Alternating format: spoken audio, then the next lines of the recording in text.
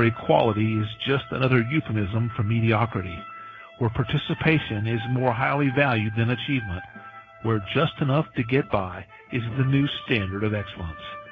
There is a small minority of people who fight back against such apathy, who struggle daily to reach new heights. These brave few are the hope for the future, the bright shining light for the next generation. They are the ones who will lead us to the places we have never dreamed of, to the undiscovered country, to reach goals only a few can even begin to imagine. Unfortunately, none of those people could be here tonight, so kick back and relax. Prepare yourself for several hours of fun, friendship, fascinating conversation, and fabulous music. All those F's, that's an alliteration and kind of a radio trick. Speaking of radio, you're listening to the most popular radio station in the history of broadcast radio, at least among stations that originate from Chris's living room. It's Curious Times. Your host is Curious Listener. Here she is, Chris. All right, and welcome everybody to Curious Times. It's Wednesday, March 7th already. Barbara DeLong is here, and so we're starting with this whole no readings kind of deal. Once a year, Barbara will do readings, and now there's something wrong with my picture here. What is going on? How does that look to you guys? It looks all off to me. Something's wrong. Oh, there, I can move it. Okay. That's better. Sorry about that. Okay. So once a year, maybe the end of the year, the beginning of the next year, we'll do a reading show. And otherwise we'll just have some fascinating conversation about because Barbara never stops researching. And so we get to be the great beneficiaries of that, because she gets to do all the work, and then we just get to sit back and listen, and then we get to learn something in 2 hours that took her, days to track down. And so it's amazing. Barbara always comes up with the most interesting things to talk about. She is, of course, and has been for quite a long while, radio show host of her own show called Nightlight on Blog Talk Radio. She also has created her own oracle deck called the Cosmic Deck of Initiation, and she's authored a book called Whispers of Spiritual Wisdom. Both of those items are available on Amazon, so just go to Amazon and search for Barbara DeLong. And she's had some very amazing experiences of her own in her life, and she has, of course, been for just doing readings, and most notably well known for her letter rip readings. So once a year, you guys can come here and get that done, or maybe with some nice talk and some moolah, you might be able to convince Barbara to do private readings for you. I don't know. We'll ask her when she comes on. Go to her website, and you can find so it's an endless amount of amazing information. Notice I didn't use the word plethora this time, but I just did. Anyways, an amazing amount of information. And about all kinds of topics, and you can find links to everything that she does, including her YouTube channel, which we appreciate if you guys would get over to the YouTube channel if you haven't, and subscribe. And that's the username on that is PO Box 270, and not PO Box. P.O. Box 270, and I don't know, you might be able to find it just by searching for Barbara DeLong on there. But Barbara's on a bazillion different YouTube videos, of various shows she's been on and done, and so you might be quicker to get the phone. Go to www.barbaradelong.com, and there's a link right to her YouTube and to everything she does. She can, of course, also be found on Blog Talk Radio at blogtalkradio.com/night-light. And that's about all I can tell you. So let's just go bring Barbara on. Happy birthday week, Barbara. Thank you. I appreciate that. It's more fun when you have the whole week because you get to really spread stuff around. So Exactly. I very grateful to you. Well, I hope you had some cake. I did not. Oh my God. No cake. Sorry about that. Okay. That's okay. Better your hips than mine, you know what I'm saying, right? Yeah, no cake. But it was definitely, a quiet birthday, and I had a great time. It was just a good birthday. Good. So what is the cutoff so that you get to start to have a birthday month? Should we make a new rule? Like, what age should we get when we get to have the whole month be your birthday month? I think that probably should be 75, and I'm not there yet. So, okay. And then 100 is every day is your birthday. Yeah, at 100. Yeah, absolutely. If you make it that far, then, God bless you. It's like happy undeath day. You didn't die today. Happy undeath day. Yeah, it's a little scary though, isn't it? You must open your eyes and go, wow. I'm still here. Still here. Dear God. I guess I'm going to have to get to those dust bunnies after all. Yeah. Wow, yeah. No, that's anyway. Yes. So it's been an exciting time, and actually I have you to thank for some stuff because I have to redo my website, and you gave me a great piece of advice, and with the new front page and some of the new insides, we did alphabetize the buttons on the front, so it would be easier for people like you to find things. People like me.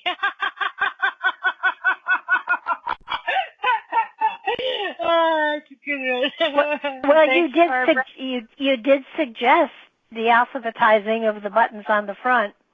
It makes great sense. It really does. Yes, you did. Oh, good. Yeah, you said, what a great idea I had that I don't even remember having. Yeah, it was your idea. I told you there were going to be 19 buttons on the front, and you said, "Oh, geez, maybe you should alphabetize them so they're easier to find." Well, there you go. So, I don't remember saying that, but woohoo! What a great idea. It was a great idea, and it is being implemented. And hopefully within the next week or so, the new and improved Barbara's website will be up and out there. I found that there are a lot of drop down menus, and a lot of people don't even notice the stuff that are in the drop down menus. So a lot of the material that's there wasn't being looked at. Right. So I decided to, put it out there up front and personal, and, we'll just see, what happens with this. It's going to be interesting to see if some of those areas that haven't been hit get hit a little bit more. Yeah. You guys, seriously, I tell you every time Barbara's here, go check out her freaking website, and I'm sure that many of you have all the best intentions of doing so, but you probably don't. But, oh my God, she's got stuff on there about just about everything, and that would interest, if Dragon was here, he would probably enjoy the Druids, Wizards, and Fairies stuff, and she's got all kinds of stuff on reincarnation and how to talk to guides and angels and all of this kind of stuff, and she's got, I think you had some stuff on Atlantis at some point there. Yeah, and what's interesting too is in one of the sections there now in the About Barbara, there's a My Favorites place where I have all sorts of jewelry and all sorts of stuff that I've seen at craft fairs and stuff like that I thought were spectacular, and I have the links to where you can get the stuff. And some some of the stuff is, and then there's a place where I have all the books that I recommend and the links to where you can get the books. So, Yeah. there And is food. I there's noticed food. food. I want to find out what Barbara's foods are. Lolly cakes. Yeah. You know, you should have had a lolly cake for your birthday. At least it would have had the word cake in it. But these are just really cool things that I've run across in my travels, and I have put up there, and it's sort of like people, and I give full credit to everybody that just looks at the website and says that's cool and moves on, but there are over 500 pages there. Yeah, it's an amazing. But there's just some. Do you still have the stuff on the tablets? The green grass upon the Sacred of the Stones? No, oh man, it's like the word tablet here. Maybe I can Emerald find tablets. Emerald tablets. Yes, green. I knew it was green, like another word for green. Actually, that there is some stuff on the Emerald tablets, and there's going to be another section called something like Ponder This, and I'm going to put up.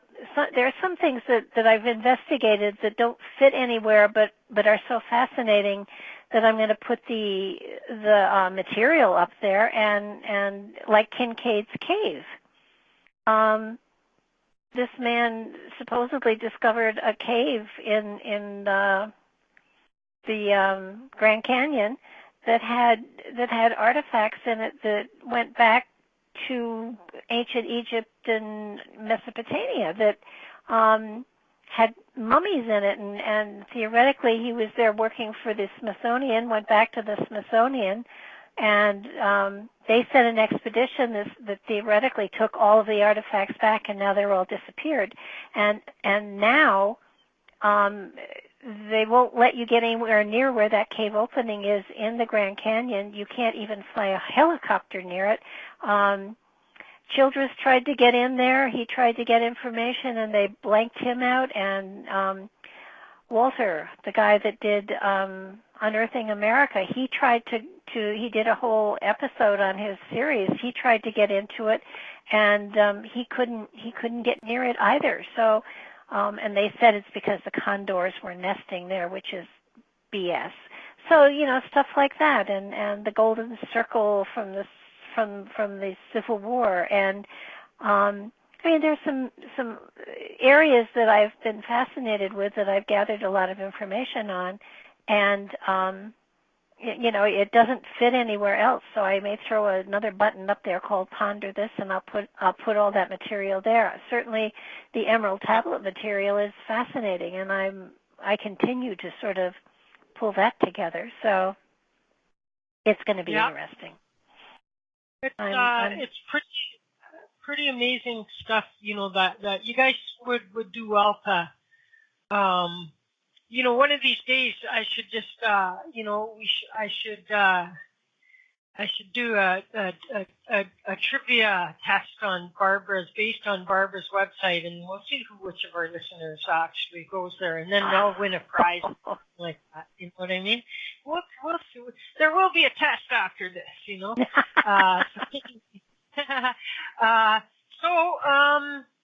So what are we gonna do with our time tonight, Barbara? Well, it's really interesting because there is a lot going on, and I have sort of taken a poll of people who are I'm kind of one thing I'm writing up now is a thing on labels are limiting, and it kind of has to do with people on a spiritual trip or spiritual pathway, a spiritual journey. And in many ways, people, say, oh, I'm a light worker, or I'm on a spiritual journey, or I am a shaman, or a psychic, or a channeler, or everybody takes a label that supposedly describes them. And the reality is that when you have a label that you define yourself by, you are limited by that label. Mm-hmm. And that's why I don't call myself a psychic anymore. That's why I don't do the mediumship or the this or the that. I basically, if I have to put a label on me, I just say I'm a student of the cosmos, because that way, I can stretch any direction I want to. I'm not limited by anything. And so many people that I know say I'm a psychic, or I'm a channeler, or I'm a this, or I'm a that, and they are totally limited by that. They are imprisoned by that label, and they don't go any further. And being psychic, being intuitive, being sensitive, they're all stepping stones on a pathway. But if you're standing on one stone and you don't take the next step, you're not growing, you're not expanding, you're not on a pathway, you're on a step, and you're not going anywhere. So right. I kind of have found that a lot of people are standing on their steps. They aren't going anywhere. I know people that have said, I'm a psychic, and they've been a psychic for 50, 60 years, and that's it. I know astrologers who, and I almost want to take astrologers out of that mix, because astrology is a lifelong study. It never stops. Yeah. And so anybody that is an astrologer and continues to evolve and grow, then they're growing in that field. And I absolutely wouldn't say that they are limited, but you're psychics. They don't go anywhere. Astrologer that all you do is buy an astrology program and punch someone's name and date of birth in, and then hit go, and then get and that's the reading. Then you're not really an astrologer. So Barbara's talking about really studying it day in and day out, and you're applying it to occurrences and things going on, and you know what I mean. As Barbara said, progress. And when you can let a computer do your damn chart, but then when planets fall here and there, and they're in kumquats or whatever, or there's so many terms I can't even pronounce. But when they're looking at where the planets are and how they affect one another and what that means and how that opens to, I had Michelle on Monday night, and somebody couldn't give the time they were born, and she said, well, let's see if we can figure it out, and it was amazing. She was asking questions like, what color are your eyes? What color is your hair? Do you have dimples? Do you have this? Do you have, and by pinpointing, she was taking life experiences to get exactly where the time frame was, and once she had the time frame, then she was able to really give this girl amazing information. So, Another interesting way some of them do it is they can take the date of birth, date and location and whatnot of birth of the mother, and then they can look at the mother's chart, and then they can look at that day for an event. You know what I mean? A spike of some kind or whatever it is that indicates that there's been an event, and they can probably narrow down the time of birth by the time of an event during the day. In the mother's birth chart, they go to the date of birth of the child, of the person seeking they go to that date, and then they can see is there anything interesting about this date that happened, and I think that they can zero in on a time that way too. Oh, absolutely. And it's amazing. But people that are just giving you the cold reads that this is what this means and this is what this means, that's not it. There's a certain amount of intuitive stuff that actually goes into it as well. And there are some, I think Michelle is one of the finest astrologers I've ever really experienced. And I've met a lot. And so I'm finding that lately, people who are truly on a spiritual journey, and looking to make connections inside of themselves, and really working on themselves and discovering, the richness that they carry within. They are withdrawing from the field, so to speak, and looking in new directions as far as how can they manifest their talents, their gifts, and their insights into this reality in a better way, in a more expansive way, to touch more people with the message they have as far as the evolution of the spirit within the earth plane. And I'm finding it with, I'd say, I've sort of spoken to maybe 20 people who have been in the field for a long time, and almost everybody is pulling back, is saying, wait a minute, I'm missing something. I want to sort of take a sabbatical and move back and reacquaint myself with myself and find out where I need to be, what I need to do, and what I want to be if I grow up, so to speak. If I grow up, yeah.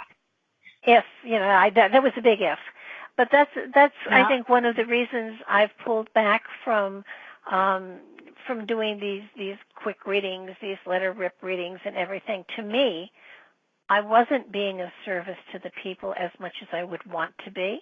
I wasn't giving them as much as I was able to give, and in many ways, I found that for some, not all, but for some people, it was a game they were playing, and they weren't paying attention to what I was saying anyhow. So it's kind of like, okay, so how can I better impact the reality out there? And some of it is with doing the interviews that I've been doing.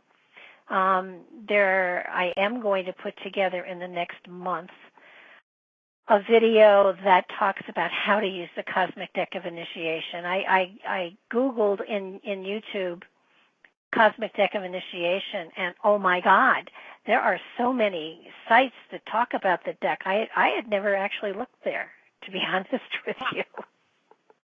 Interesting.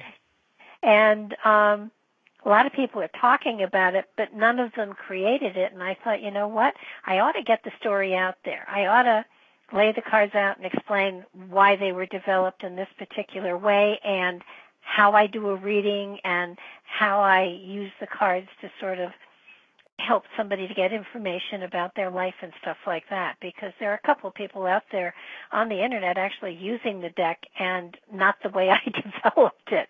Now, I have to be a bigger person in that, I created the tool, but everybody who gets a deck will use it in their own way. And I shouldn't say that's right or wrong. It's, everybody will do their own thing. But I just felt that, maybe I'm slightly obligated to put out how I did it and why I did it that way, and at least give them the option to look at how I thought they should be used. So that's what that will be. That will be going up on YouTube. And so I'm having fun with all the interviews. I have some fascinating people that I've read some books that certainly challenged me in many different ways.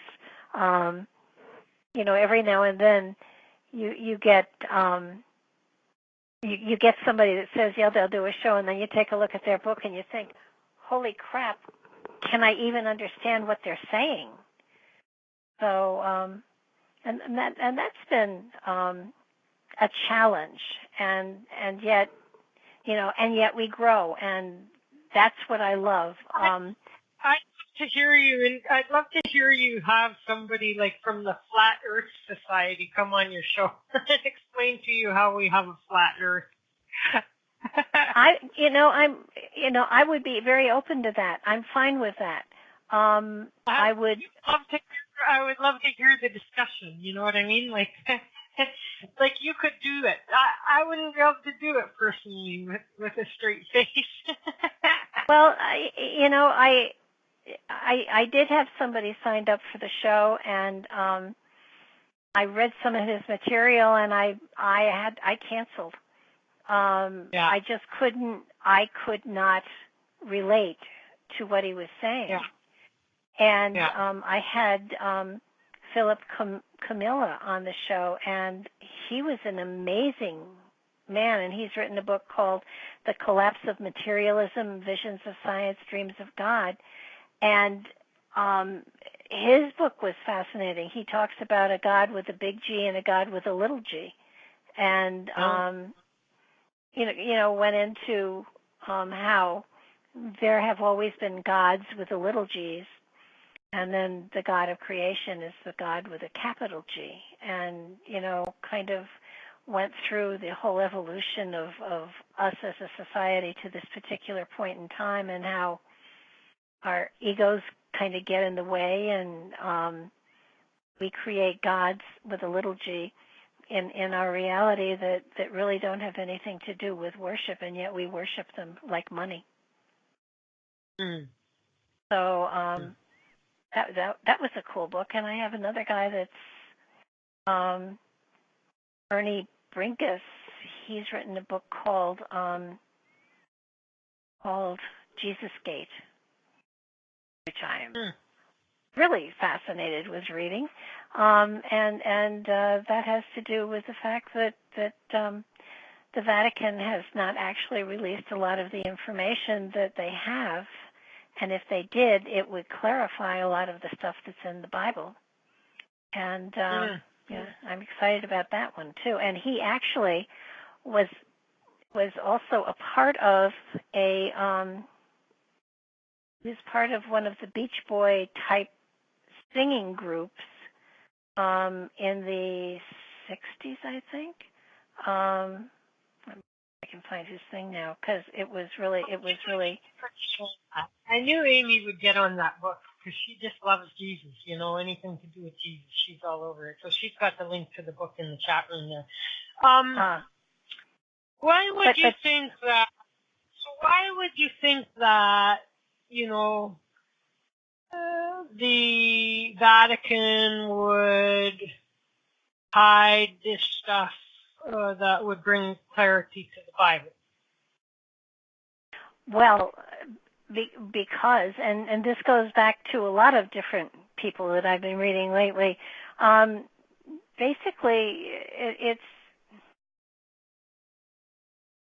religion as a whole is a corporate entity that is meant to consciously control society and humanity. And originally, I think, I would like to believe that religion was created to give people a framework to work from. Unfortunately, it doesn't work that way because God or the gods have always been entities that we have worshipped and allowed to control our reality, whether they were aliens who we mistook as gods or actual gods. It's sort of like we have given away our free will and our control because we think we're not worthy, and that thinking we're not worthy has been imposed upon us by those entities. So when it came to religion and Paul creating a religion, and it wasn't really a religion until Constantine decided to make it the religion of Rome, and there you have your Roman Catholics.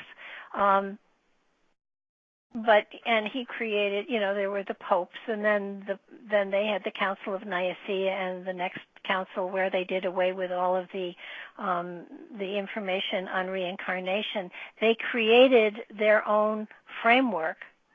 These men, these priests, these whoever they were, these wise men, they went over thousands and thousands of tablets of spiritually oriented material to create a story that they could put into a book that they could use to control people with, and that's exactly what they've done. Now, there has been material that has been discovered and brought forward that changes a lot, and yet the Vatican controls it. They scoop it up right away and they put it in their archives, and it never sees the light of day again. There were lost books in the Bible. Now, the lost books in the Bible, a lot of them have been discovered, and they're out there in print, and absolutely, it's worth looking at them. The Gospel of Thomas, there's a Gospel of Mary. She was a disciple, and yet the Bible has not depicted her as one, and finally, one of the popes finally said, well, she actually wasn't a whore. But he didn't say it loud enough so that it still preached that she was a whore and a wanton woman and yada yada. But she wasn't. She was an amazingly wise woman, and she was a disciple. So, and the Dead Sea Scrolls do validate that. So it's not so much that it's the information is out there if you look for it, but very few people look for it. So, for me, I'm I can't trust any of the things that I've written because, people who have been involved with that, right? And so, I take the concept of God, the creator, and then I apply the notion that we all are a part of that, like a drop of water in the ocean is a part of the ocean. And so, and that's all I need to know at that point. None of it, the rest of it really matters to me. And so, I just because of, you're exactly right. When I ask the question, of course, the whole point to the church is Catholic Church in particular, but lots of churches, is they have all, what kills me the most about them is they're all bloody rich and they're letting all the people off work, so, stay poor. And they're getting, and continuing to seek contributions from even the poor people. And, they're giving really nothing back. And so it's just all about, power, money, control. And not, so that if there is a hell, they're all going to hell, man, for what they're doing. Well, I think what gets me is that, and in that first book I talked about the downfall of materialism, fascinating book,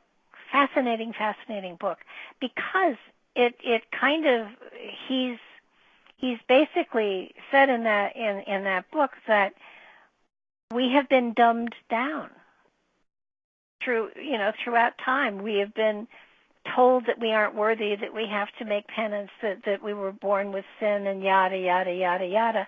And the reality is that yes, there is a, if you want to call it a God of creation, I kind of like to call it a universal energy source of all creation.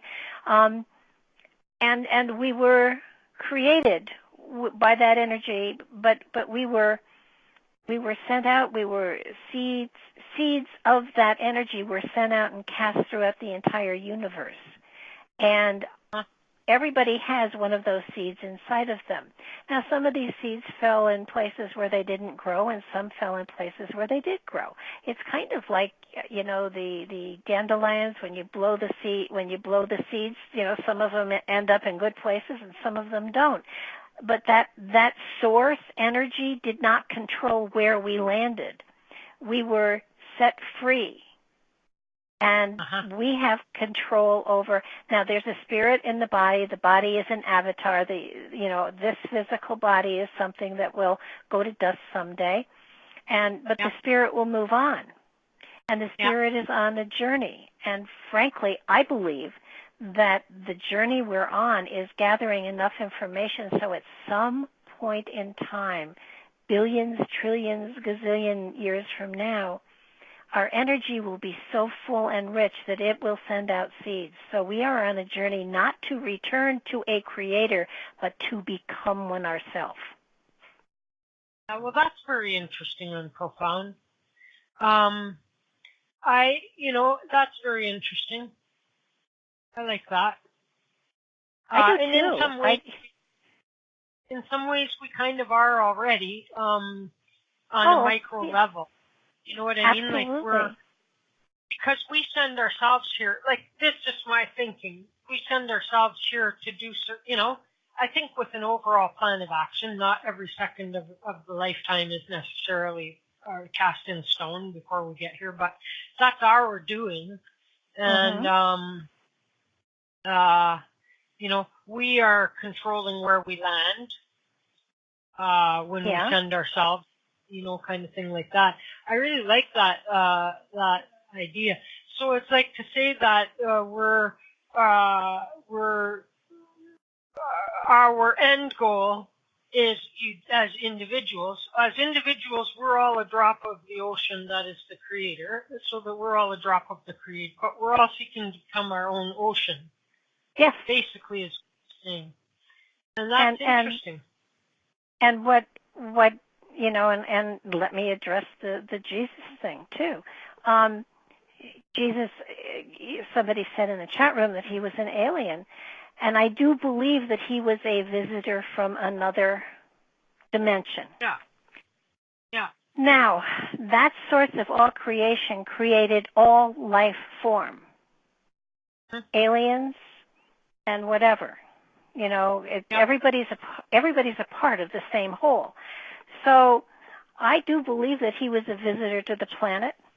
I do believe that he was in another dimension, another awareness, so that he was capable of utilizing far more of his energetic field than we are, though we are capable of doing it as well. Well, right?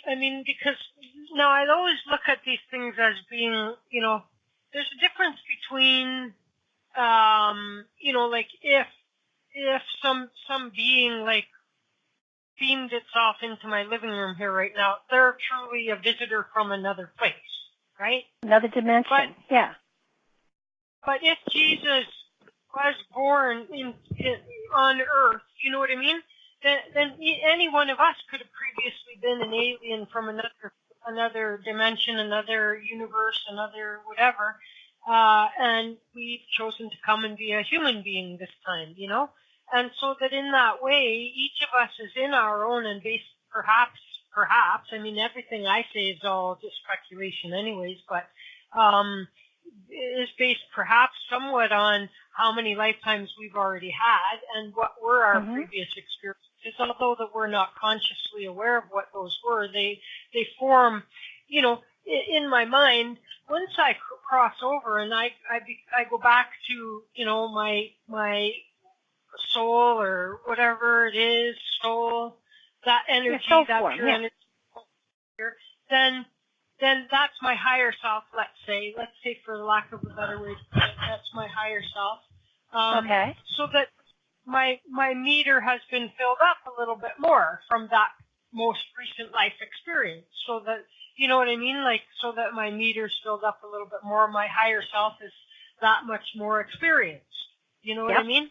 And so when I choose the next time to come back or to go wherever I go, it will be with whatever collective experiences all of my previous existences have given me. And so now if Jesus was previously, maybe some of us have had most of our lifetimes as human beings, you know what I mean? Maybe some people have had most of their existences have been in other places as other life forms. Perhaps some more advanced and perhaps some less advanced. I could name a few less. Don't presume. No, I'm not going to. No, of course not. But so that when we come back to Jesus then, is to say that there's a difference in my mind of him like coming here already, like from somewhere else, or him being born, whereas his previous lifetime was somewhere else. And so he's bringing whatever other wealth of knowledge, information, whatever experience he had before into his new life form here on Earth. But that he was, so you see my point is like that I call that there's a difference between if you get reincarnated here as a human being, you know what I mean, then you're not really from another place. Like, but if I have an alien land in my living room, they're from another place. That's kind of, do you understand what I'm saying? Yeah, and there's a really good theory here in this Collapse of Materialism book. He goes into that, and it's kind of interesting. The story of Jesus is really a repeat of the story of Horus, the story of, there are dozens of stories that go with virgin birth, with stars and disciples and the whole thing. So when Paul created the Jesus story, or whoever did, he was taking traditions and stories that went back, almost thousands of years.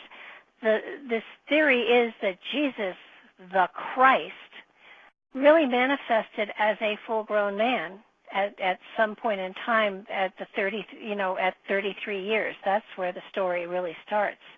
There is really no record of the early years of Jesus at all. And the birth story in Matthew, Mark, Luke, and John in those first chapters is different in each one. So that it's a story. But now, if he only materialized at 33, then yes, he's come from somewhere else, and he came for some purpose, which obviously was a chief thing, and knowing full well perhaps how the ending would be already, you know what I mean? And so, but if he was born, then he was an exceptional human being, perhaps, you know what I mean? But it's not unlike people that we have running around here that are really great healers, and they know how to work energy, and that they can do some things, and so that's where the difference for me would lie, and I've never much believed much of the stuff in the Bible, because as I said before, I can't trust who has said what for what purpose, right? To keep you in fear and obedient is exactly seems to me to be the vast majority of the Bible, and I'm glad, because I was never programmed with that. You know what I mean? I was lucky because my dad was the son of two preachers. You know what I mean? My grandparents on his side were both Pentecostal preachers, and so he rebelled so hard against that, and so that when he became a father, he certainly wasn't, I think that we weren't even baptized or christened. You know what I mean? And so my parents rejected religion entirely, and so that was a great benefit to me personally, I think, for that reason, because none of that stuff got programmed into me. Well, I think I think that that's a better way to be. The stories that are in the Bible do in many ways create a cage for your consciousness. And if you can get to the place, and I'm not, if religion is solace and wonderful and it makes somebody's life richer, then God bless them. And just, for me, I'm at a place where I'm looking at all this and I'm saying, well, wait a minute, what if? Let's look at this. And if you look at the Billy Meyer material, he's been talking to aliens that come from another dimension, and their story is very different. And there are a couple of authors that I've read lately that talk about how the aliens did terraform the planet, and it's amazing stories that go into the fact that the gods of the Bible were really alien cultures that had terraformed the planet, and things got out of control. So they created, they destroyed Sodom and Gomorrah with nuclear explosions and stuff like that. So you sit back and you start to look at our history and the Bible and the stories, and you take it from another perspective, and it makes so much more sense than the Bible. And so you have to. I began to question a long time ago as I started to do all of this research, and Constantine did a job. He created a religion intentionally. Right. He created a religion, and he put the Bible together so that it told a story. But that's not unlike what we call cults. You know what I'm saying? Except for that we demonize these cults, but yet You know what I mean? Like any one of these other religions is pretty much a cult. Well, they all are, and the purpose of all of them is to control the consciousness of the people that they've attracted to them. Yeah. And it. Anyway. but it just, it's like, this is the story and this is the rule and this is how things go. And if you question, then you're kicked out. Yeah. See, I would have been hunted, because I've had people around here, and they were always the ones being punished in like school or whatever, because they kept on like challenging, like, whatever the nuns were saying or this or that, and that would have been me. So I just got scared of all that. Maybe I had that already in another lifetime, you know what I mean? And I could just skip it this time, really. So now, listen, like the other day I had my, I'm kind of doing a quick, and we can jump back, but while I'm still remembering it, because I'm interested to know if you, I'd be surprised if you hadn't like looked into this or know something about it, but my TV happened to be, like I was watching, well, I wasn't even watching, but I mean, a pre-recorded program was playing on my TV, and then, when it ends, it just like, whatever channel the TV happens to be on just comes live, right? And so it was on some channel, and they were talking about how this theory that we're living in a black hole, that we are living in a black hole. And so have you ever looked into that or come across that? Well, I haven't so much come across that as much as a theory that we are living in Middle Earth. We aren't on the surface, we're in Middle Earth. Oh my God. And sounds like, and that. Yeah, go ahead. Well, no, because, and the science of how the Earth, like, because part of this show also showed, like, way back how all the planets started to become. You know what I mean? Mm-hmm. And all the space junk crashing into each other. Now, if you have a big enough rock or whatever, and then the next rock that comes to it is small enough, it will create like a huge heat thing, and then it will become fused so that rock grows a little bit bigger, and then so on. If such a time comes that the two rocks that are about equal size, they will just shatter each other, kind of thing. You know what I mean? And then they all become a little bit, so one can't absorb the other. And so that the 9 surviving, and I guess now 8 or whatever, surviving planets or whatever, that they, came to be, just in this way of like over so long of a period of time, like rocks, and then so then they show like the Earth's core, and like where all this heat is stored, and all. So like I am trying to imagine this Middle Earth stuff, which I so far have, considered to be mostly nonsense, although that I've had people who I respect really make the case for it. You know what I mean? But then I continually go back to like the science of the construction of the Earth and what the Earth is. So that now what I have to accept is that somehow inside of this Earth somewhere, away from all of the molten lava and everything else that will like melt us in a second, there's a whole, because if we think about how big we think the Earth is, you know what I mean? Now we're really inside of something that's got to be much bigger. And inside of where we are is a whole, because if we're in Middle Earth, and this is our world consists of all of these planets and solar system, and like, so then there's all of that inside of Earth, you know what I'm saying? And so then, oh my God, I can't even begin my brain is about to explode. Well, and that the theory of the Big Bang doesn't make sense. And yet it's taught in school. Well, it's not one Big Bang. You know what I mean?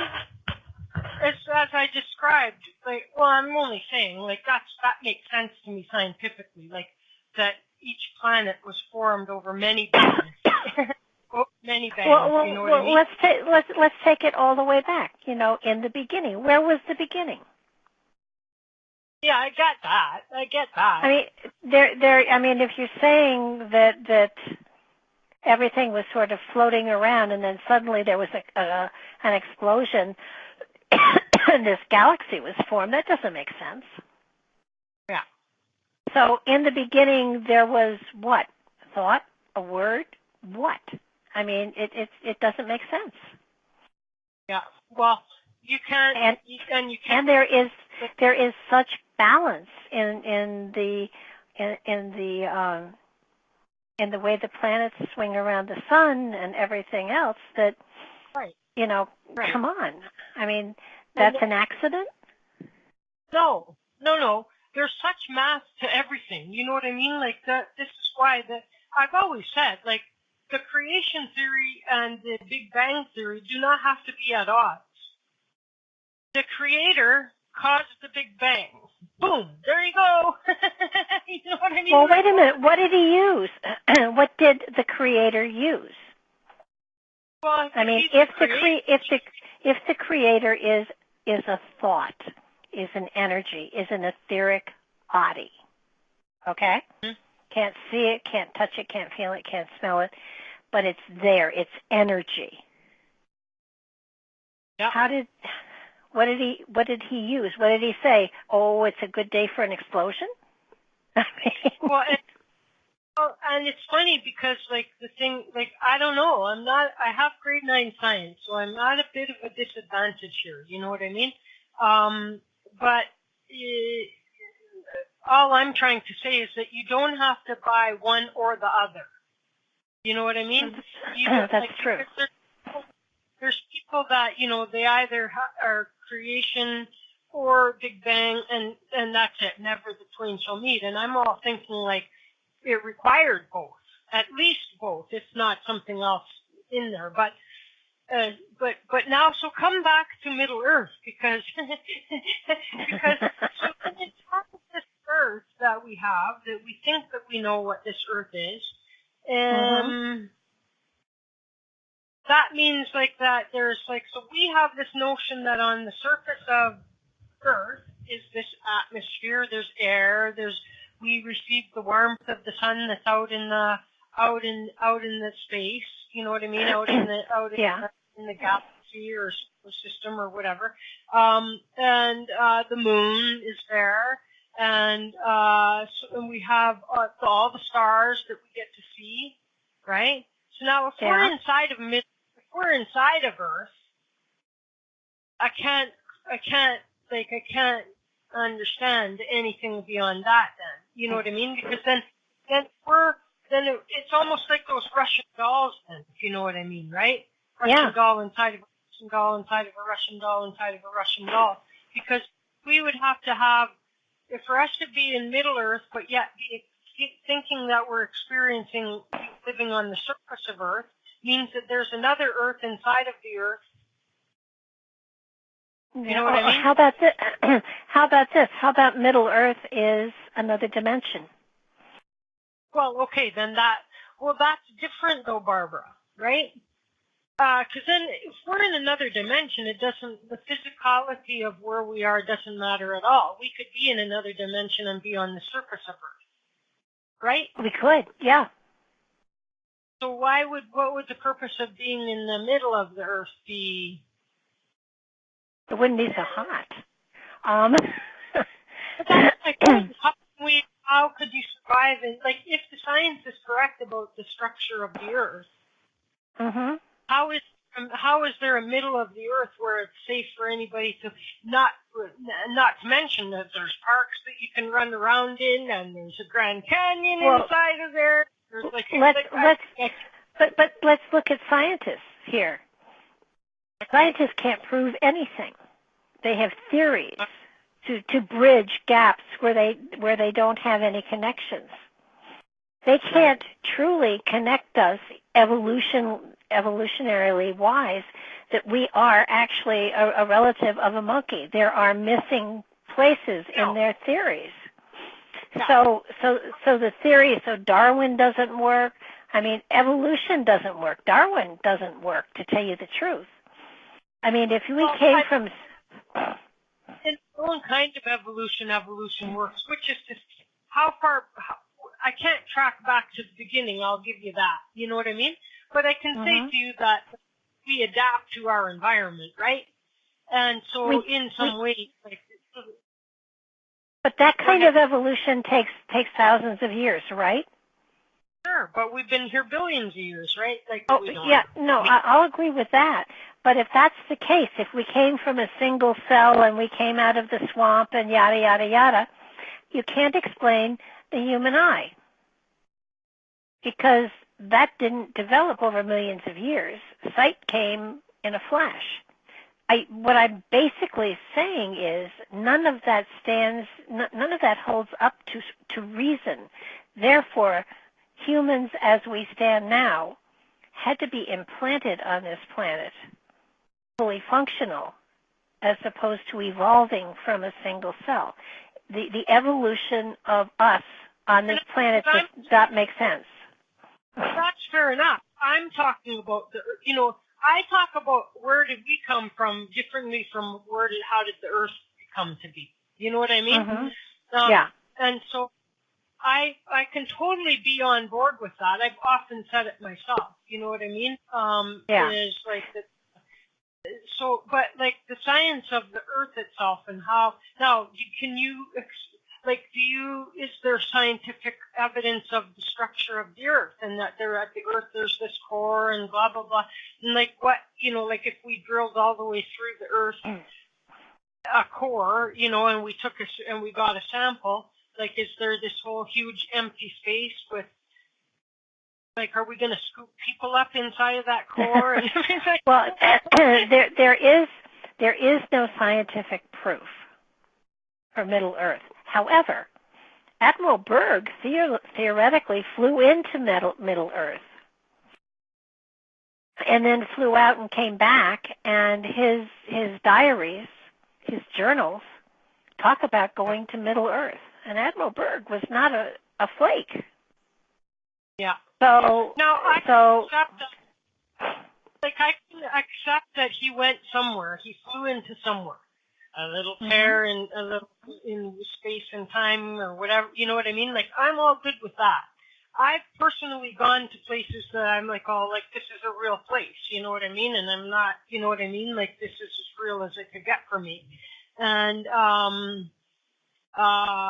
but this is where I mean it's a different dimension. So I don't doubt for a second that the guy flew into somewhere and like it might have been that it looked like he was headed for a certain, place, and then all of a sudden he slips through something, right? And so now he's not inside of the Earth, he's like somewhere that's not here.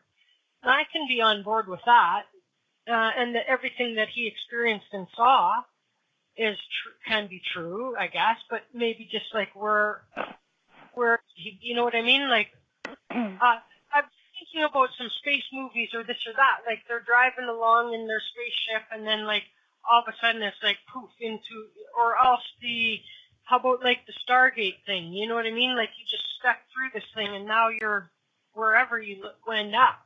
You know what I mean? Yeah. Well, Byrd was, it was over the North Pole where he supposedly, flew into this entrance to Agartha, which was a city in Middle Earth, supposedly. He was a Freemason. He was also familiar with the Illuminati, and Rockefeller financed a lot of his expeditions to the poles. I don't believe it, to be honest with you. It just doesn't make sense to me, but apparently that there is in the center of Middle Earth a sun, like our sun, that is what is we call our molten, whatever. But we've drilled down so deep that I think that as far as I go, I'd have to see it to believe it, because I mean, the internal sun that supposedly sustains life on Middle Earth is what the molten lava and everything, that we think is there. So I guess that's what the theory is, that's the molten lava that scientists say are down there in the magma and everything. And the distance that they have to go down, that they have drilled down, they haven't actually, I don't believe, hit the core drilling down. So the possibility still is there. I'm not sure I buy it, but, So if so then here's the question though. Like if we have measurements of the Earth's surface, you know what I mean? Yeah. And this kind of thing, like there's mathematical calculations that can be made, right? And yeah. So then how can we be in, like, that's what I mean, is that means that there has to be a whole Earth inside of an Earth inside of an Earth inside, you know what I mean? Like for that to even be possible then. Yeah. And it just kind of blows my mind. Like I can't say any of it's wrong, you know what I mean? Because I just don't. Mm-hmm. As I say, like it's going to be an interesting day when we all get together and have that round table on the other side, and we all go, "Holy shit!" Well, and maybe some of us started off in different places, and like that other kid theory, which is to say that all of these dimensions that are lined up so closely beside each other, and so that some things can happen within one dimension that cause it to kind of go poof, and it shoves everybody into the next one then, you know what I mean? And so maybe we all didn't start out in the same Earth, you know what I mean? Well, when you're talking about how thick the core of the Earth is, we're talking, 2,000, 3,000 miles to the core, down. Right. It's that thick. So, in Earth, okay, that inner core, the very thing at the very center of us, could easily be the sun that they're talking about, that is for Middle Earth. But nobody's drilled down that far. They haven't actually drilled down that far yet.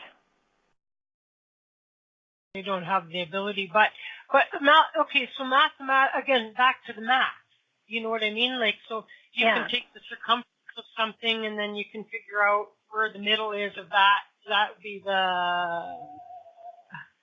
I can't remember all the math shit, but anyway, diameter, radius. Is that the radius that goes to the center? Okay, here you go. The distance to the center of the Earth is 3,958 miles. Right. So now, how can we be in a place where there's more miles between me and you? You know what I mean? Like between Edmonton and wherever you are. You know what I'm saying? Like, I don't know. I'm guessing that there's 3,000 miles that I would have to travel to find you. You know what I mean? But I mean, let's say one side of the country to the other side of the country, and that's just one country. How many miles is that? Okay, no, I got you, but okay, so listen to it this way. How can we middle of the Earth and have all of that space? And like, if there's only 3,000 miles from the surface of Earth to the middle of the Earth, then how can we have inside of the middle of the Earth 20,000 miles? Okay, so wait a minute. So the diameter of the Earth is 7,900. Yeah, the distance around is 7,917 miles. Okay. So easily there can be 3,000 miles between the two of us. But you understand my point, though, is how many miles from the surface of the Earth to the center of the Earth? From the surface of the Earth, that is 3,958 miles. Okay, to center. Okay. The center, yeah. Which means that if you multiply that. Okay. The deepest we've ever drilled is 12 kilometers. Okay. Yeah. So we've never drilled there. So they don't really know. Is I guess what's coming the theory here. They don't know. So if from the center of the Earth, from the surface of the Earth to the center of the Earth is 3,958 miles, then from the surface of the Earth on this side of it to the surface of the Earth on that side of it, if you go straight down, not around, you know what I mean? Not around, is 7,916 miles, right? And so, okay. And so how many miles is the circumference of the Earth?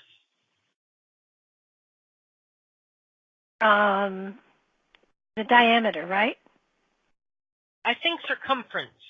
Okay. Let's see. What is the... All right. Okay, you figured that one. Circumference of the Earth. Okay. Circumference of the Earth is 40,075 kilometers. So now I got to convert 40,075 km. And, so then in miles. In miles. I'll say in miles. There we go, in miles. It's 24,901 miles. So to me, that means it's 24,901 miles to start at the North Pole, travel around the Earth, and reach back to the North Pole. That's what that says to me, I think? Yep. Okay. So there's 24,901 miles. Inside of the Earth, okay, is a maximum of 7,916 miles, top to bottom. Yep. And when we're that's our restriction. So if we're right at the very center of the Earth, then we have a maximum of 3,958 miles to the left of us, 3,958 miles to the top of us, same on each direction. No matter what direction we go, the furthest we can get before we hit the surface of the Earth is 3,958 miles. So then my point is that how far is, Edmonton from, how far is Edmonton from Hawaii? You know what I mean? In miles. Yeah, well, it's 3,000 miles across the country from shore to shore, around 3,000 miles. That's just the country. So now let's look at the world. I mean, so that my point is that if we're inside of the Earth, how is that possible? How is that possible? How is it possible? Unless, I guess, we're counting. Like I can't, because my brain is going to explode. I can't make sense of it. I can't make sense of it. Well, listen, that's why this theory isn't exactly one of the ones that is, it's a great theory, but I don't think it holds. I think Admiral Byrd did not go into Middle Earth. I think he did land somewhere. I think he did find something quite exotic, but I don't think he hit Middle Earth. Right. I think he went through some kind of a time and space issue, and he definitely, it was a real, whatever. Because even when I've had astral travel, it seemed as real as it could be to me. You know what I mean? Yeah. It doesn't negate I experienced that. I felt real feelings. I felt real emotions. And so it's as real as it could be to me and different from a dream. I could say that much. And so, he went somewhere. I don't even doubt it. And it doesn't even have to be a place on this Earth. It could be, and it could be another Earth. It could be just let's jump over to the next dimension and back. Oh, here's another great theory I just ran up against. This theory is that there is another Earth that is directly opposite. It's on the same course that we're on, the same passage around the sun type thing, but it's exactly opposite us, so that the sun is constantly keeping us away from seeing the other Earth. Right. That was a fun one too. Now that's interesting because I get that we might not be able to see it from Earth, but now that we've been able to venture out to space and we've had, you know what I mean, a 360-degree view of everything, then I don't understand how it could still. Yes, we have not, actually. NASA has made sure that we do not see. Oh. NASA has intentionally made sure that the shots from our satellites and stuff don't see there. And if you try to see it, figure it out, you'll find that those pictures that NASA has shot are not available to the public. Which Men is in kind black of cool. Yeah. They rip your eyes out and take your tongue so that you can never tell anybody about it. Don't make too much fun. They do exist.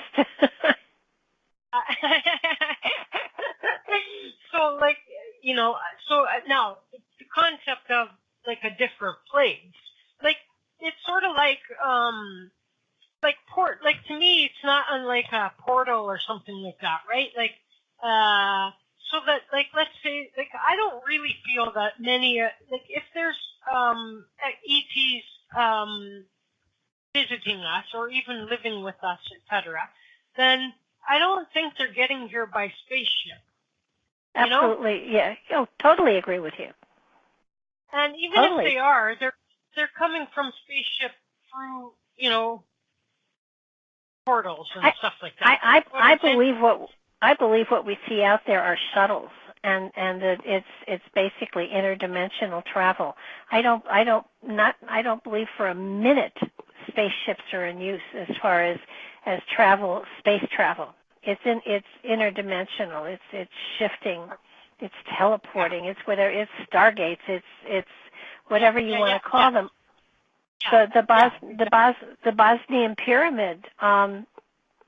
They decoded one of the ceramic stones inside had runic type figures on it, and when they were able to decipher what it said, it was basically, we've sealed all the tunnels and the passages. We've sealed everything. We now have to be conquerors and hunters and gatherers until the Stargate opens again. Yeah. Now, and so that back to your guy who found Middle Earth or something, and where I was going at that is like, that doesn't exclude that there could be stargates or portals or whatever you would want to call those, like in the oceans or other bodies of water, sides of mountains, and like it doesn't matter. So, but he could have been flying, for the hole that he saw. And then I've heard something that says like that's all been covered up by, ice or whatever, and that like when the glaciers melt, then Middle Earth will be revealed for us, again or something like that. I don't know, but. Look at Antarctic. The Antarctic. That land there was there's land there. They've discovered villages or the remnants of villages there, so that at one time the Earth's axis had been shifted and changed dramatically, and a theory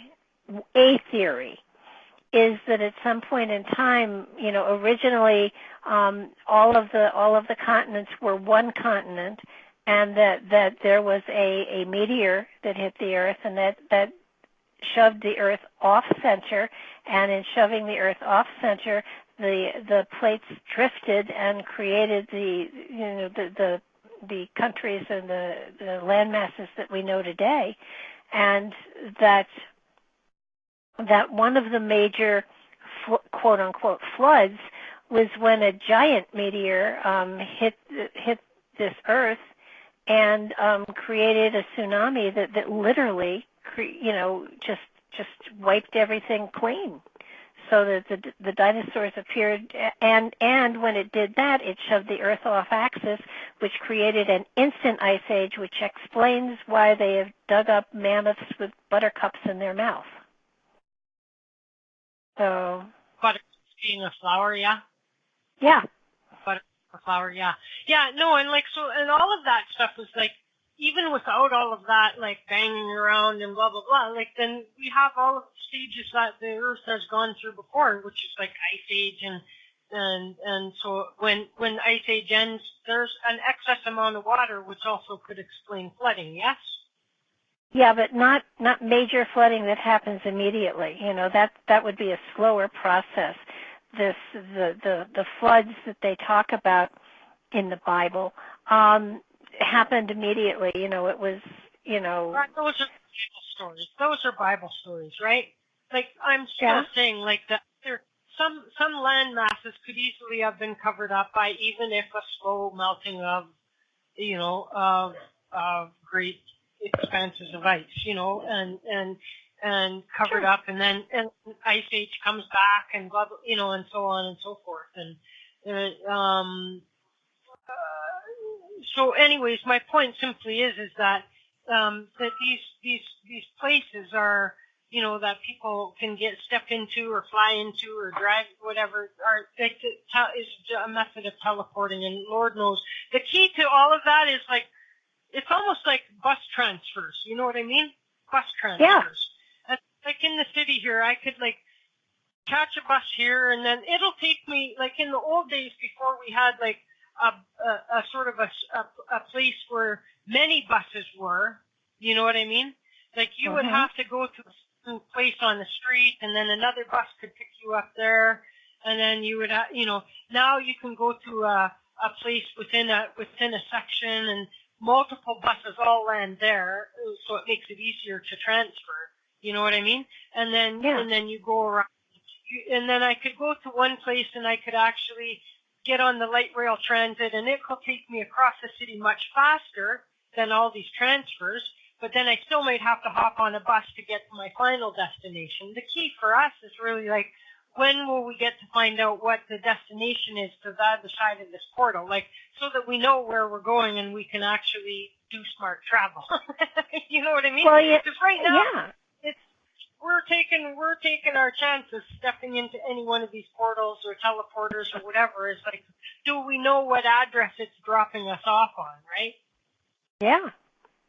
And I think a lot of the the crop circles and things like that have something to do with this kind of travel, because they're the symbols that they leave, those that are not human made, do look as though they're trying to give us information of some sort, but I haven't the faintest idea what kind it is. Right. So, it's fascinating. We'd have to be able to discard and sort out the junk ones that were man-made, right? Mm-hmm. And keep the ones that were legit, and then try and I'm sure someone must have a library of all of these images, and there's got the codes and there's stuff there that we just don't understand yet necessarily, but I think that those are full of information, not unlike a little microchip. You know what I mean? I totally agree. The sacred geometry stuff is just amazing, and the more you get involved in it, the more I know that a lot of the patterns of the cards that I painted are sacred geometry, and I didn't know a thing about sacred geometry. So that the patterns are there, and I didn't know what I was doing. I mean, I would love to say I thought I did, but I didn't. I was just painting pretty pictures. Turns out they were more than pretty pictures. Go figure. Do you think that, so now as human beings, we're on the path now to where they can do, they did the recent test so that they could reuse the rocket launchers and that kind. They just landed gently back on the ground, both of them at the same time, even, right? And so this is all like the prelude to a light rail transit that takes you someplace else other than Earth. But now as we can do that, are there destinations that we'll find where you think we can find more answers there that maybe we start to see things there that match up to some of these, mysteries that we have here? Or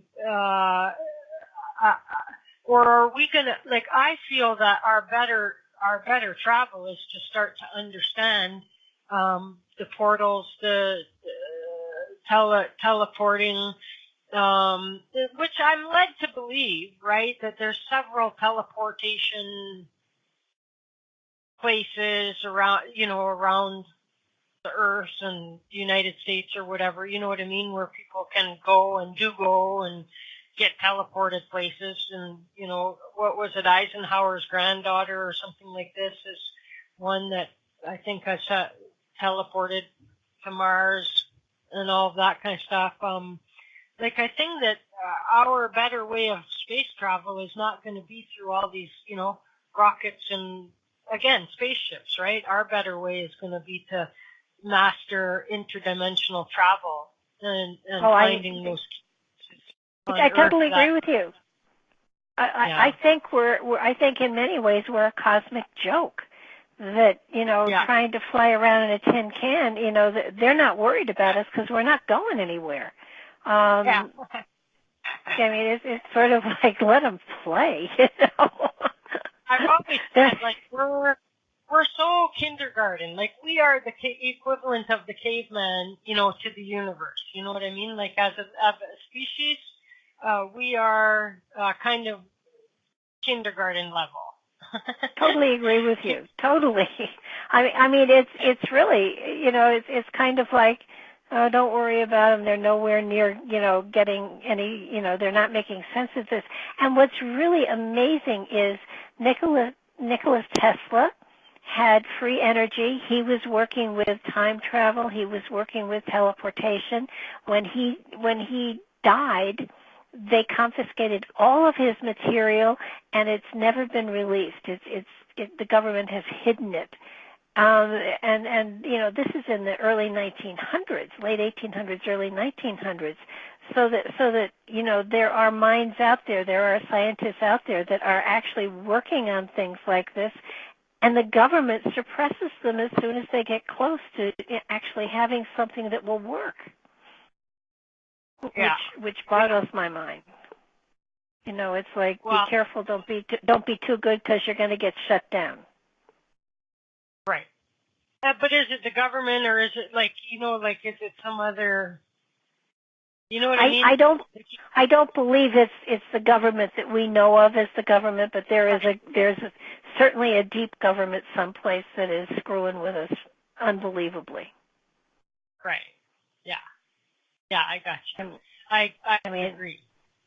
The powers that be will put it. And I don't know who they are, but there is a group of very powerful people that are laughing at us. Now, I don't think they know about time travel and stuff like that. I think that we're safe as far as that goes. That they are controlling the populace. They are dumbing down the consciousness. They are preventing people from thinking and learning. And they're doing that intentionally. And the more we question, the more we stretch ourselves into, the what-ifing, the more sharp we are and the better able we are to ask the right questions to scare the hell out of them. Fortunately, that usually means you're going to get killed, but hopefully we'll come to a time where they just can't kill everyone. Right. Yeah. Well, I wonder what would happen, if that happened, and that's happened theoretically before, then, then they just plant some more seeds. Start over. Well, they're not working through gods and stuff like that anymore because we don't buy gods, but they are making slaves of us still, in that we are now a slave to the bank and we're a slave to government. I mean, we're enslaved by the credit cards that we use and stuff like that. So that it's we're still allowing ourselves to be controlled because of money, and you do away with money and then you don't have that problem. But it does, a society has been created so that we are again enslaved, and and we've done it to ourselves. They didn't need any help. We did it to ourselves, and I find it frightening. I'm just as guilty as everybody else, by the way. I've got my credit card debt too, so it's kind of, we don't have the freedom to really be ourselves because we are constantly working to try to get out of debt and out of trouble, and so we aren't able to really take a look at creation and our society and our cultures and our destiny as humans, as human beings. And where is spirit going to take us? Because we are so focused on all of the other artificial problems that we have created for ourselves. Yeah. No, I know it's, but I think that once we can break through, and I believe that we will. I can't say in my lifetime, of course, but when human beings break through that, and understand really how much bigger the place really is. You know what I mean? Yeah. Then all that is done. I feel that all of that is done then. You know what I mean? And people will, start to get past that. I think that at that stage, all of our, is it Maslow's needs or whatever, hierarchical needs or whatever, I think at that point, all of that stuff is not an issue, like hunger and everything like that isn't an issue for us anymore by the time we get there. And no, probably not. But if we get right. there, depending on how we get there, if we get there because we're controlled by another consciousness, then it hasn't worked. The experiment has failed, and we'll have to go back to square one as a spirit. Yeah. So we're at a minor turning point right now, I would say.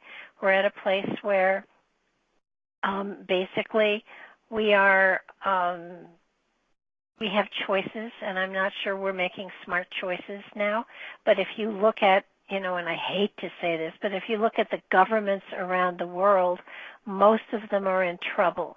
Most of them are self-destructing. Most of them are at a place in time where the egos are more important than the people that they serve. So that people are after power rather than serving the people that have put them there. So, and I think that you're seeing it in many countries, the United States for one, where people are beginning to recognize that this isn't working. We're going to have to create a system that does work. Now, I don't think that recognition is totally there yet with a lot of people. For some it is, for some it's not. I really think that our system of government is going to have to change, and I don't think it's going to. I think I may see the beginnings of it in my lifetime. There are rumblings of it now. So. Political parties don't work. It separates people. And then they're out for control. And then that's not the point of a government. A government is to serve the people and take care of them. We still have in this country hungry people, children going to bed hungry. We have homeless people. We have illness. The government, and I truly believe the government has done it, has has controlled the fact that I know there are cures for cancer out there that they aren't putting out there because Big Pharma doesn't want it because they, so that there's a lot of underhanded political stuff going on that does not serve the public. So yeah, I absolutely right, and that's the biggest problem that we have right now, and so it's going to still probably take a few generations, Barbara. You know what I mean? To eradicate that, if that's at all possible, and it's going to require a sustained effort. Like these students that were recently rallying up against the gun laws and that, like they can't go away now. You know what I mean? They have to keep the pressure on. If we, as long as we keep, like this time, maybe the attention of the country was kept on the issue of guns longer. You know what I mean? But if they go away now, then we've got to wait till the next time, and then maybe the uprising is, lasts long enough that it's, it's like big, huge for a month instead of 2 weeks, and then but you can't keep going away on the issue. You can't. You got to sustain it, and it's the only way that change can come. And it will. But I still think it's a couple of generations away. Well, I agree with you, and it's like you have people in the U.S. here that belong to different parties, and the parties are controlled. People can't even vote their conscience. They can't even actually say, well, my people sent me here for this reason, and, the other party has a really good plan, I think I'll go with it. They have to toe the company line, so to speak, and vote as a party, not not what the people who sent them there. I mean, I'm outraged that they are playing this kind of political game with all of our lives. It's to me, it's horrendous, and I fired them all a long time ago. I just said, everybody go home. You're not serving the people. Everybody responsible for any kind of hiding of cures and things, they all belong in jail. You know what I mean? That's murder. I agree with you. I mean, I see that as murder, manslaughter at the very least, but it's like premeditated murder, really, in a way. It's a passive form of murder, but it's definitely with intention and for greedy purposes. You know what I mean? They always say for aggravating circumstances on things like murders and stuff, it's like if money was the motivation, then that's an aggravating factor, that kind of thing, right? And so they all belong in jail. Any politician that's been complicit with it, and the big pharma people themselves, you know what I mean? They belong, maybe even, I'm not a death penalty believer, but if there was a reason for the death penalty, right there is a good one, Well, I'm not against the death penalty. However, I think it's far more cruel to make somebody serve a life sentence and stick around and be imprisoned. I mean, if you kill them, they just go on to the next life. So why give them an easy out? Why not make them hang around as long as you possibly can and have them be miserable to serve their time out? I mean, to kill people doesn't make sense. I mean, it's cheaper. You don't have to pay for their upkeep for 20, 30, 40, 50, 60, 70 years. But to me, I mean, if you really want them to suffer, then keep them alive. Don't. What is the word? My only concern with that is that some law lets them loose. Someone lets them out, like the next, you know what I mean? They get a pardon and off. You know what I mean? And so like that's my only concern with that. But I'm really not. Like I agree with you. 99,000 999 times out of 100,000. You know what I mean? Which is, I'd much rather them have to, stay in prison and live with what they've done and everything like that. Would be much more suffering on them than death. But also at the same time, people become acclimated to prison as well.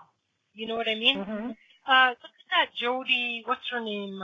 Anyhow, like she gets into, and she's like the big star in there now. Like she's a celebrity in prison, and like so she's got her. They have their own little society going on in there, and so she gets to be the queen of her little castle there or whatever.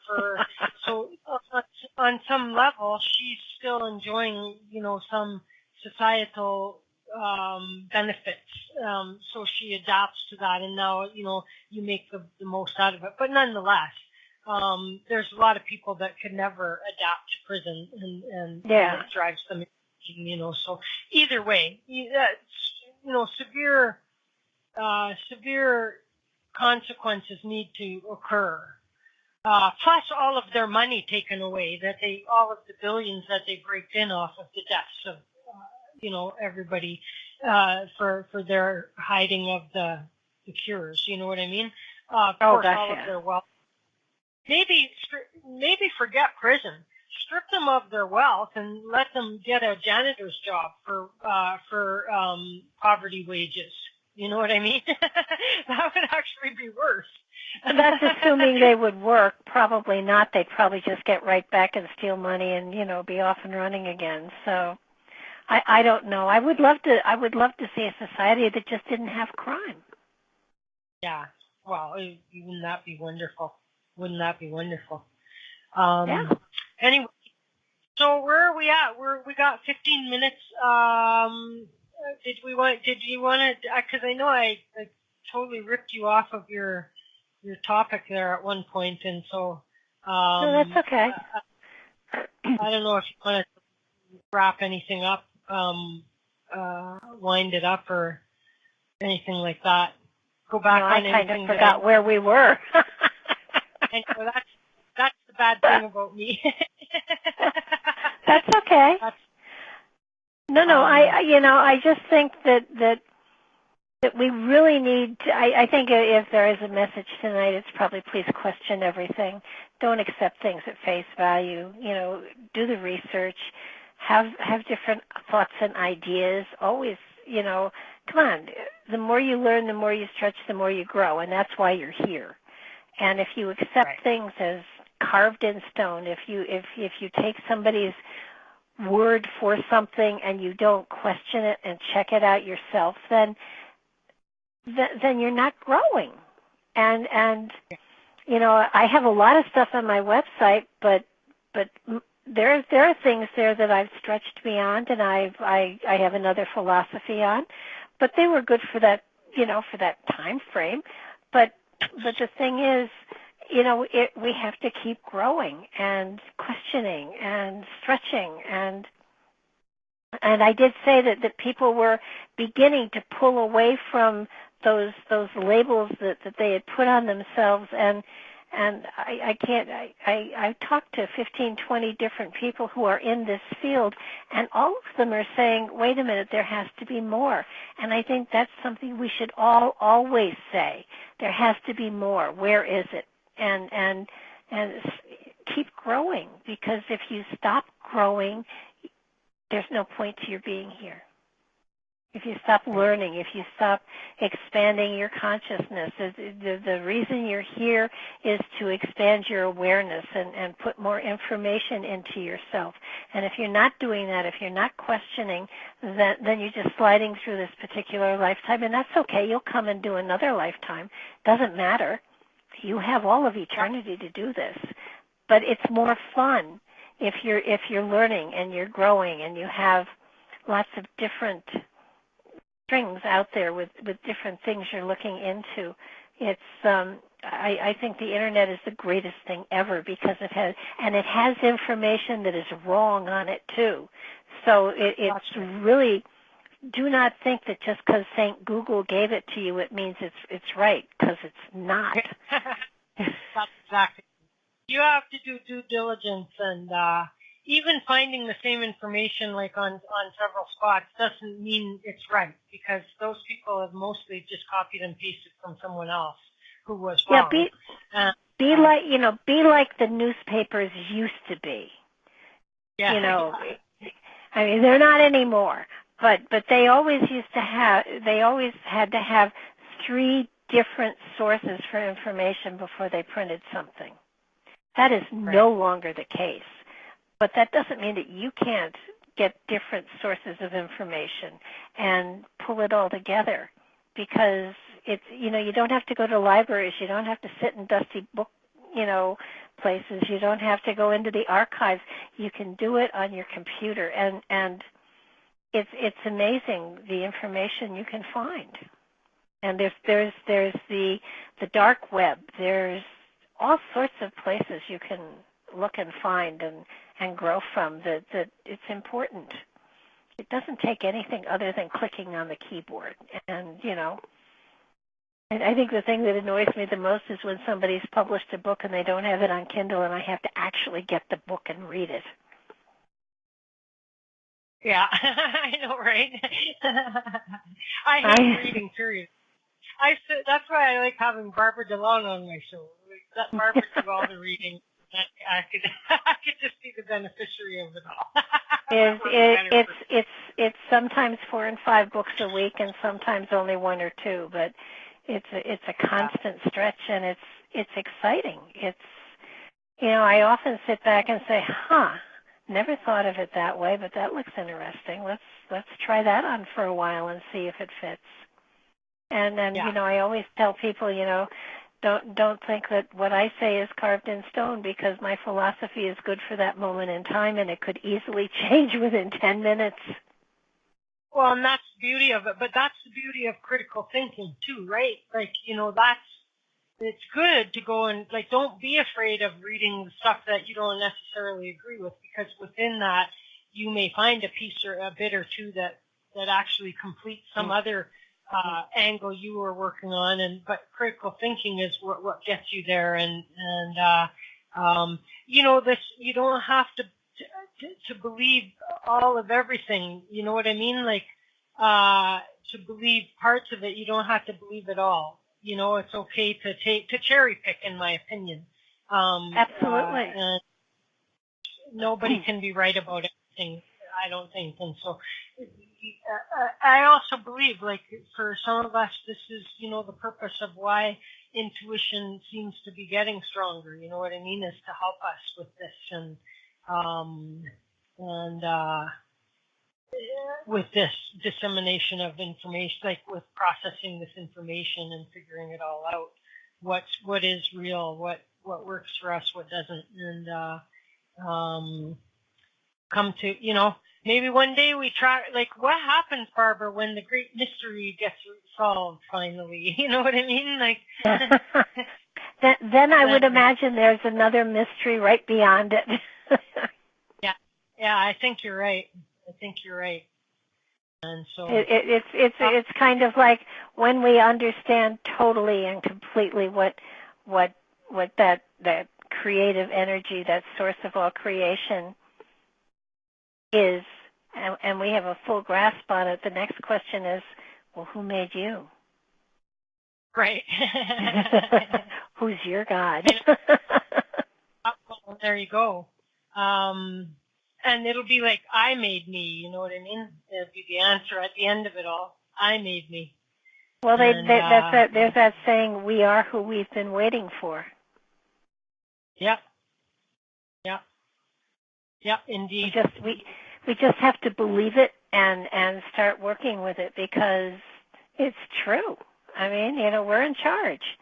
And the more you get into yourself, the more you make that connection with the spirit within, the greater talents and gifts you have at your disposal, the more vibrantly alive you are, and the richer your reality is. It's a magical thing, and it's a great trip.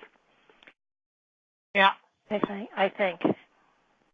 So what have you got coming up at at your show for Monday? Nothing. Actually, I'm taking the next 2 weeks off. I'm going down to Virginia to help Jeannie. She has one of her relatives passed away, and she is the executor, and she has to go through the entire house and clear it out. So I'm going down. It's really cool to be able to go into somebody's house and go into all the drawers and get, it's like gosh, it's kind of like a scavenger hunt. Maybe better if you don't know them. You know what I mean? I don't know. I didn't know her well, and the reality is that none of the people there can actually help her because they're all in the will. So she needed somebody who was not in the will to come and be the witness and everything, and so that's me. But I will be gone for a week, and I'm taking 2 weeks off of the show, and then I will be back on the 26th of March, and I've got Rebecca Hardcastle on that particular night. So cool. Looking forward. Well, have a good, safe trip and all that kind of stuff. I'm really going to try to get out between snowstorms. I mean, I have, if anybody's interested in what it looks like at my house, check out my Facebook page because I got snow. I got really a lot of snow here. So much for spring, hey? Oh my gosh, I think, Chris, I got about 14 inches. Wow, that's crazy. Yeah. So I leave on Sunday, and I will be back a week from that Monday. So, and I have to read a book or two while I'm gone. So that'll be your winding down at night. I guess so. Yeah. Happily, I read real fast, so it's really a cool thing. Indeed. Well, okay. So that was an awesome show. Thank you very much, of course, as always, for your time. Everybody, My again, pleasure. go to Barbara's website, www.barbaradelong.com. And the YouTube channel. The YouTube channel is Barbara DeLong. Oh, it is Barbara DeLong. Did you change it? No, it's always been Barbara DeLong. Well, the P.O. box, like the user, well, I don't know why we get there with the one you gave me in the first place, that P.O. box. Oh, you do. But if you go into YouTube and you type in Barbara DeLong, I pop right up. Oh, good. Okay. Yeah, perfect. Perfecto. All right, Barbara, thank you, and have a good trip, and we'll see you when you're back. Absolutely. All right, and go enjoy your supper, because I know I'm going to. Okay, everybody, we're back. Well, I'll post something on my Facebook. I might just open up the place for a couple of days just for nothingness. I have no guests for 4 days, and so we might just open it up just to let you guys come and chat and yak with each other or something like that without recording it. So keep an eye on my Facebook page for information about that. Thank you very much for being here, and we'll see you next time. Thanks, guys.